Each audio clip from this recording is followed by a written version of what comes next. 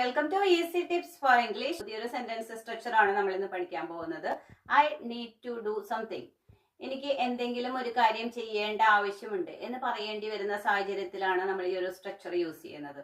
എനിക്ക് അവളോട് സംസാരിക്കേണ്ട ആവശ്യമുണ്ട്, എനിക്ക് അവളോട് സംസാരിക്കേണ്ട അത്യാവശ്യമുണ്ട് എന്നൊക്കെ പറയണമെന്നുണ്ടെങ്കിൽ നമുക്ക് ഈ ഒരു സ്ട്രക്ചർ യൂസ് ചെയ്യാം. I need to talk to her. അപ്പൊ ചിലരെങ്കിലും I want to talk to her എന്ന് പറഞ്ഞാൽ മതിയല്ലോ എന്ന് ചിന്തിക്കുന്നുണ്ടായിരിക്കാം. രണ്ട് സെന്റൻസ് സ്ട്രക്ചറും തമ്മിൽ കുറച്ച് ഡിഫറൻസ് ഉണ്ട്. എനിക്ക് എന്തെങ്കിലും ഒരു കാര്യം ചെയ്യാൻ ആഗ്രഹമുണ്ട്, അല്ലെങ്കിൽ ഞാനത് ചെയ്യാനായിട്ട് ആഗ്രഹിക്കുന്നു എന്ന് പറയുന്ന സമയത്താണ് I want to do something എന്നുള്ള സ്ട്രക്ചർ നമ്മൾ യൂസ് ചെയ്യുന്നത്. എനിക്ക് ആ ഒരു കാര്യം ചെയ്യേണ്ട അത്യാവശ്യമുണ്ട് അല്ലെങ്കിൽ ആവശ്യമുണ്ട് എന്നൊക്കെ ഉള്ള ഒരു സാഹചര്യമാണ് എന്നുണ്ടെങ്കിൽ അവിടെ നമ്മൾ നീഡ് ടു തന്നെ യൂസ് ചെയ്യണം. രണ്ട് സെന്റൻസും കൂടെ ഒന്ന് കമ്പയർ ചെയ്ത് നോക്കാം.